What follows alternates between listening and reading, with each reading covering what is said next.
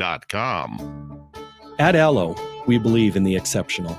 From extraordinary whole home coverage to super fast speeds, our local teams are always on hand to make sure your service is running at top performance.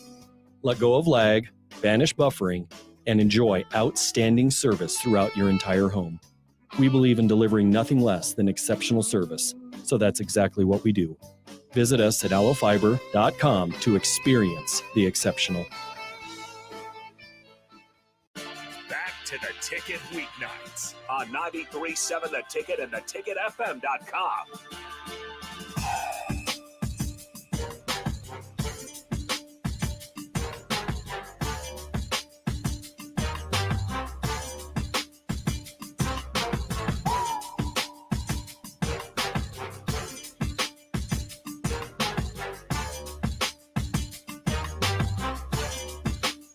All right, welcome back into Ticket Weeknights, which should be called the Nebraska Basketball Postgame Show Extended.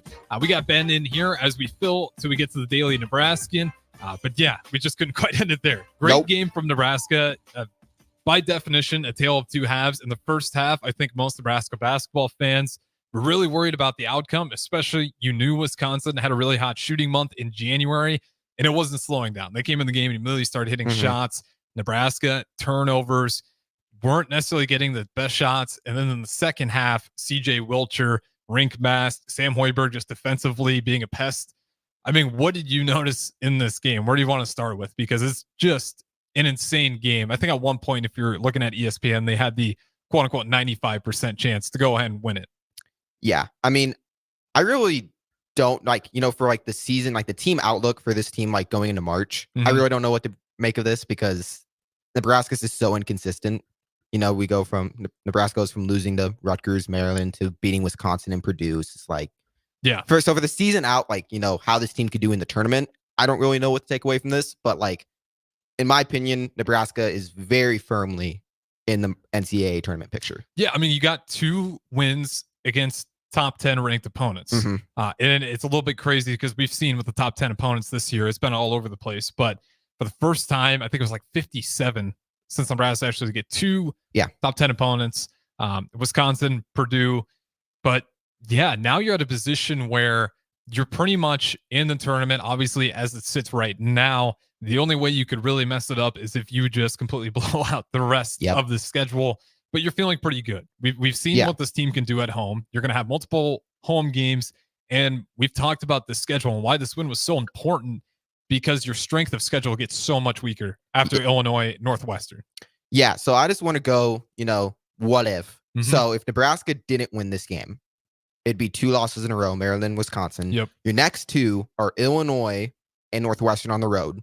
We know how Nebraska's played on the road. It could have very easily been a 4-game losing streak with no more games to boost your resume.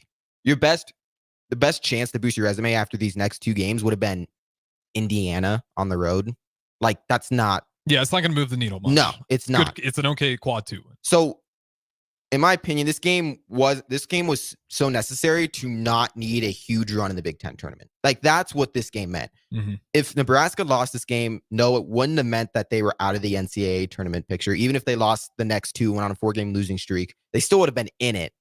But they would have needed to finish out the season very strong, and then they would have needed a Big Ten tournament run. Now, as long as Nebraska just plays halfway decent rest of the year, doesn't lose first round Big Ten tournament, even if they do lose first round of the Big Ten tournament, they're probably still going to be in.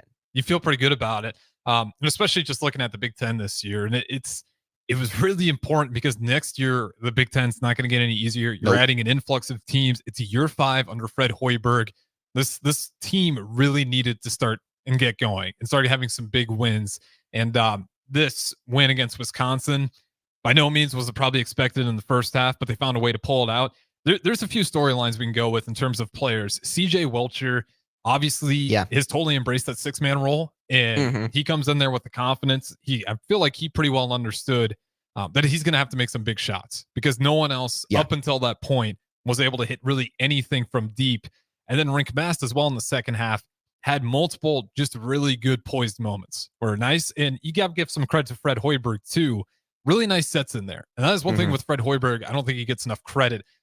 Just some really key moments where they flipped all the pressure off the floor to allow Rink Mass to roll down to the rim, get a nice little hook shot. And Rink Mass was just consistent. But out of all the players you watched tonight, Juwan Gary coming back, obviously Sam Hoiberg, not eye-catching numbers, but typically on their best offensive player. Which player or players really stood out to you tonight? So obviously Wilcher and Mass are the easy ones. Yep. Wilcher has been the most consistent player all year. What did Nebraska, Wilcher have? You got the stat sheet in front of you. Yeah, Where did he finish? I got the stat. CJ Wilcher was 7 of 10 from the field, 5 of 7 from deep, and he had 22 points. This is what he's been doing, though. Like, especially of late, he's just been so good, so consistent off the bench. Most, by far, in my opinion, Nebraska's most consistent players over this past month.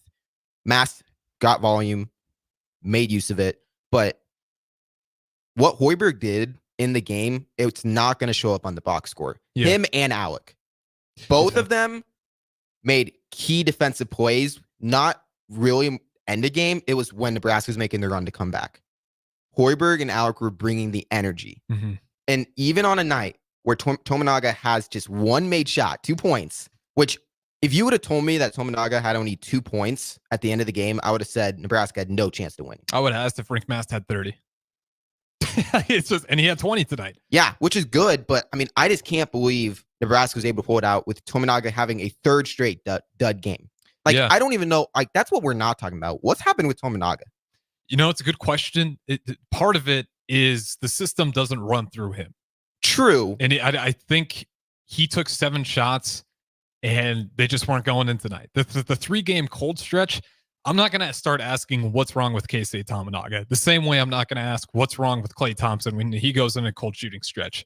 Klay Thompson in the NBA, it'll go, it's been 2 months at a time where Klay Thompson's been cold. For Keisei Tominaga, I think for him, part of it is playing so much off the ball, and it's a lot more selective on to get those moments where you can really start heating up.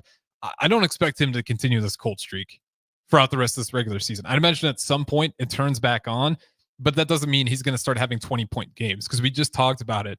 Rink Mast, even Juwan Garrett, we've seen a plethora of different leading scorers where it doesn't need to be Tominaga. He doesn't have to put all that pressure where we absolutely need him to come back and shoot the way he can. So he can come back into the role naturally, and I feel like he doesn't have to force shots, but I'm not too worried about Keisei Tominaga. I think it was a 3-game cold spell. We'll see what happens against Illinois.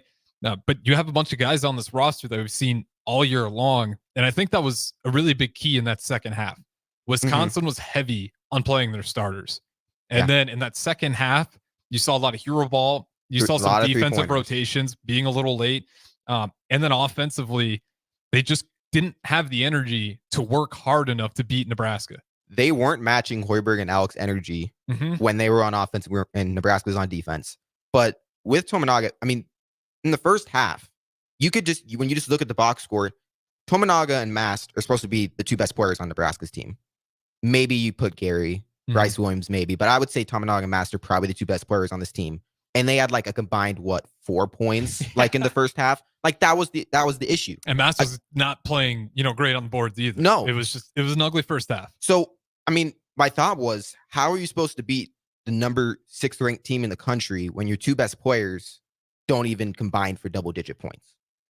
That was the issue.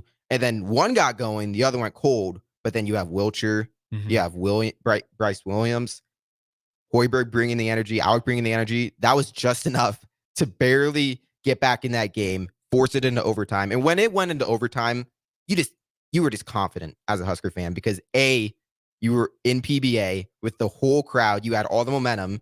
You have the home crowd behind you. You could just tell, I was just very confident Nebraska was going to pull it out when they got to overtime. Yeah. Again, kind of going back to that, you felt pretty good because Wisconsin just looked tired. They did. You could see it in their shooting. Everything was falling short.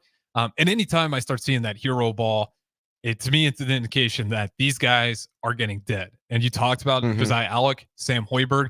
There's multiple times where Chucky Hepburn saw Sam Hoiberg on him. Sam, not the tallest guy. You think the scouting report would say he's just a pest. Pass the ball around and don't try to attack him one-on-one. But you see Big Ten players again and again try to attack Sam Hoiberg one-on-one. He's a pest. He's really good at slipping through those screens too. And you rarely see him do a lazy switch. He'll work and get around those screens. And, if he goes under it, he's still quick enough to get back up and contest it, or he's small enough to quick and scrape by it. But you notice that he's just playing really good defense. And again, Wisconsin got tired. And that's the best thing about this Fred Hoiberg team this year is how deep they are. Yeah. How concerned were you when this season started that we were going to need Keisei Tominaga to be the best player on this team? Otherwise, we're not going dancing. I mean, you knew this was going to be a little bit deeper of a team Mm-hmm. a team that could light it up from the 3-point line. So I was confident in that aspect. But yeah, I mean, we knew that Nebraska is an undersized team. So we knew they were going to have to rely on the 3-point shot. Yeah, we didn't know what Mast was going to be yet. Yeah, Mast, we were expecting a little bit more from Alec, I feel like. But Mast kind of picked it up. But the main thing with this Nebraska team is because they're undersized, you can't be undersized and turn the ball over. Like, you have to do one thing. So if you're undersized, that means you're probably going to get out-rebounded most games, which means the other team's getting more chances because they're getting more offensive rebounds than you.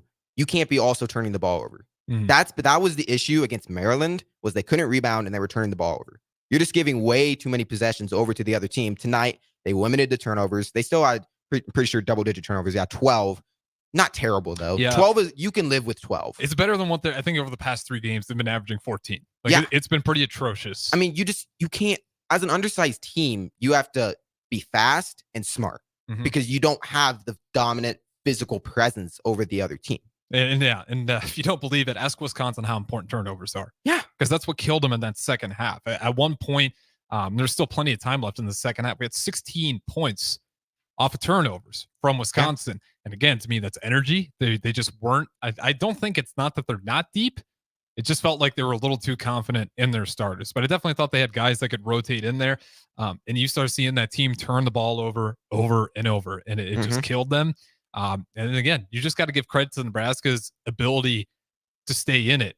And I do wonder if, I'm sure if you've heard Fred Hoiberg's press conference where he had the analytics guys, the sports health say, hey, we need to these are our rest days, quote unquote, to make sure we have fresh legs for this game against Wisconsin. Fred Hoiberg was like, no, we are going to play hard because these guys need to learn how to finish tough games. Tonight was probably the toughest game. Yeah. Any team I could remember in college basketball makes that type of comeback. Yeah. There was no real probability that would indicate that, Nebraska still got a shot within this thing. I mean, unless I'm forgetting something, when was the last time Nebraska pulled out a close game like that? Michigan State? Am I forgetting a game? I feel like it was Michigan State. Like a comeback or just down just the like stretch, close down game, to the wire? just down the stretch, close game at the end. You can throw North Dakota in there. That might have been. That was before. Okay. That was before Michigan. I feel so Michigan State would have been the last one. Nebraska just hasn't been tested. I mean, when they have been tested late, they haven't pulled through. Yeah. They either get blown out, they either blow out the other team, or it's a close game and they lose. This is the first time really since that Michigan State game where it came down to the wire and Nebraska was able to come up on top. Yeah, and I'm hoping this toughness bleeds through. And it should. I know this Illinois game, I know a lot of people, especially before this game, picked Nebraska to probably drop that one.